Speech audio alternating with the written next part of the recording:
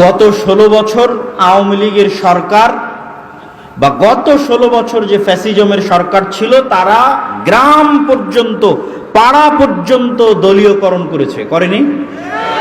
তথা একদম গ্রাম পাড়ায় যদি কোনো সালিশ হয়, সেটাও ওই দলের নেতার মাধ্যমে, ঘুষের মাধ্যমে সালিশ হতে হবে। কিন্তু যখন এই সরকার বিদায় নিয়েছে, তখন এই জায়গাগুলো শূন্য। গ্রাম পর্যায়ে পাওয়ার শূন্য, পাওয়ার খালি হয়ে গেছে। সেই পাওয়ারটা আপনারা মুসলমানেরা বসে বসে আর এক দলের হাতে দিয়ে দিচ্ছেন।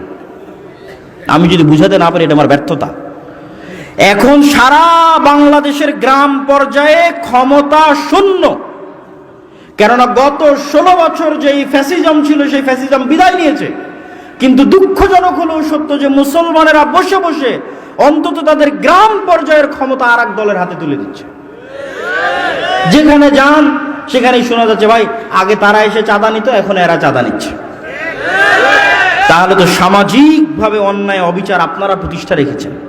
এখন কেন একটু বুক চেতিয়ে বলতে পারেন না, না আমার গ্রামে অন্যায় হবে না? এখন তো কেউ নাই, এখন তো আপনার গলা টিপে ধরবে এইরকম কোনো শক্তি নাই।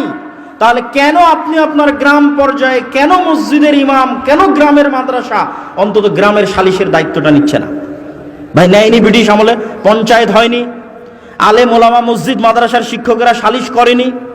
মসজিদের ইমাম সালিশ করেনি? করেছে। ব্রিটিশ আমলে ডিসেন্ট্রালাইজেশন এই কারণেই হয়েছে, বিকেন্দ্রীকরণ এই কারণেই হয়েছে।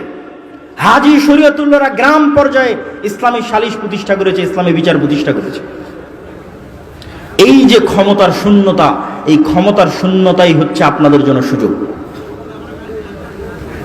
আপনাদের গ্রাম পর্যায়ে সমাজ ব্যবস্থাকে শক্তিশালী করতে হবে, মসজিদ কেন্দ্রিক সমাজকে শক্তিশালী করতে হবে। মসজিদ কেন্দ্রিক সমাজ শক্তিশালী হবে, তার 1 নম্বর ভিত্তি কি? সমাজে অন্যায় হতে দেওয়া যাবে না। তার একটা অন্যায়ের উদাহরণ দিয়েছি, যৌতুক। এরকম আরো কত অন্যায় হয় সমাজে, গ্রামে। একদল যুবক যদি দাঁড়িয়ে যায়, এই পাওয়ার শূন্যতার অবস্থায় একদল 10টা যুবকও যদি দাঁড়িয়ে যায়, আমার গ্রামে অন্যায় হতে দিব না। কিসের উমুক দল তুমুক দলের নেতা? সালিশ হবে ন্যায়ের সাথে, বিচার হবে ন্যায়ের সাথে, বিয়ে শাদী হবে ন্যায়ের সাথে। প্রতিষ্ঠা করেন, রাষ্ট্র ইসলাম প্রতিষ্ঠা হয়ে যাবে ইনশাআল্লাহ।